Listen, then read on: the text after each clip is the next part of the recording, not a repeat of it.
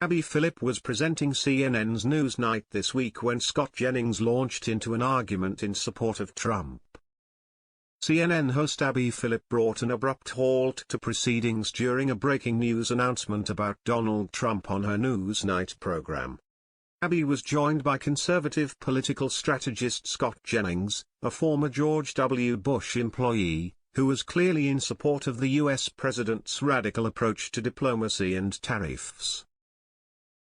Across the bottom of the screen, a strapline read, "Breaking news, Trump touts foreign policy that GOP once criticized Obama over."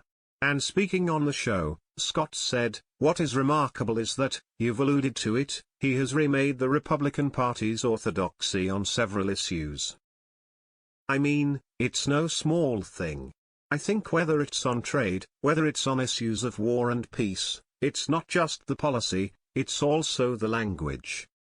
I mean, the party had been a hawkish party. We spoke hawkishly. We acted hawkishly at times. Trump speaks of peace before he speaks of war, not that he's averse to lighting up our enemies when it matters.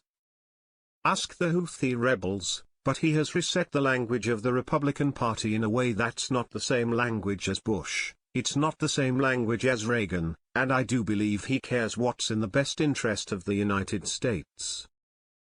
I think the political reset that occurred is that all the intervention, all the war and intervention happening around the world, a lot of American people, Republican and Democrat, came to the conclusion that it wasn't worth it, and is there a better way and do we have to be hemmed in?" He was abruptly cut off by Abby, who said, "Okay, quick question," and was accused of suffering from Trump derangement syndrome. Shark Tank star Kevin O'Leary confronted Phillip on her show when panelists became upset the president plans to accept a gift of a $400 million jet from Qatar. Despite the ethical concerns of receiving gifts from foreign governments, O'Leary was keen to support Trump's desires, arguing, "What does this have to do with Middle East policy? What does this have to do with the fact that he is trying to create a circle of friendship with the fastest-growing geographies in the world before China does?" Phillip said, "Kevin, the United States Constitution would like to have a word. That's why people care, because the reason that that's in the Constitution is to prevent the President of the United States from accepting things that are being perceived as bribes." O'Leary snapped, "Abby, you have to distance yourself from Trump derangement syndrome. It's irrelevant to policy.